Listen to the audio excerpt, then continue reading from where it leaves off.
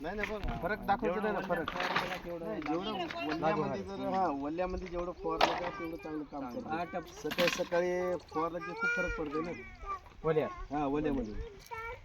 वदाळ जरी असलं तरी जमतंय. फक्त कोरड्यामध्ये नाही तेवढं समजा रिझल्ट दाखवतो चांगला. जेवढं वल्ला असेल का तेवढं चांगला रिझल्ट दाखवतो. आपण केलं नाही तुम्हाला भारी आहे ना. इकडे बी पहा की रान पहा काहीच नाही.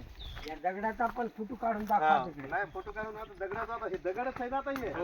तुम्ही सांगा ना आता दगडामध्ये तर आता एवढा गहू चांगला आहे तर आपल्या चांगल्या रानात तर आता किती चांगला रान पाहिजे. हा? लय चांगला ना. आता याला तिसरं पाणी चालू आहे पा तिसरं पाणी चालू आहे. हे आता तुषारनं पाणी आता द्यायचं म्हणजे हा, आता पेरणीचं तुषारनं. आवरतंय.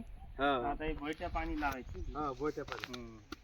यानं थोडं आता हे वाढ बरीच झालेली आहे. आता हे लावून देते गहू हे आता हे असं आहे. आता हे गहू म्हणजे पूर्ण समजा हे एकदम हेच आहे ना आता सगळं याच्यामध्येच आहे ना सगळं दगडामध्ये. चांगल्या रानात तर चांगलंच राहणार ना. क्लिअर निघले क्लिअर निघ रिझल्ट भारी आहे. रिझल्ट चांगला आहे ना. हा चांगला आहे. मग आता तुमचं नाव सांगा.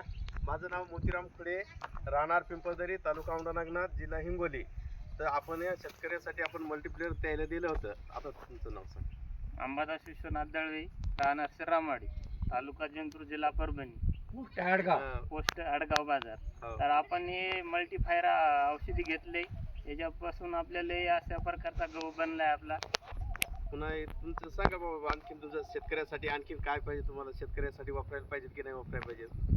आता हे म्हणजे आता बरेच आपण हे औषधी फवारल्यामुळे आता हे आमचे शेजारी पाजारी मित्र हे आमचे सगळे औषधी वापरतो म्हणतात अशा प्रकारची औषधी. बरं, आणि पुन्हा आज इथं घ्यायला आलोत आणि जमलोत आम्ही इथं. तर गहू पुन्हा एकदम असं दगडामध्ये चांगलं रान पण नाही. सगळं पूर्ण दगडच आहे ना. दगडच आहे. हा पुरा दगड नंबर 1. हा. मग आजूबाजूचे ते या गव्हात याच्यात आता आपले किती आता हे?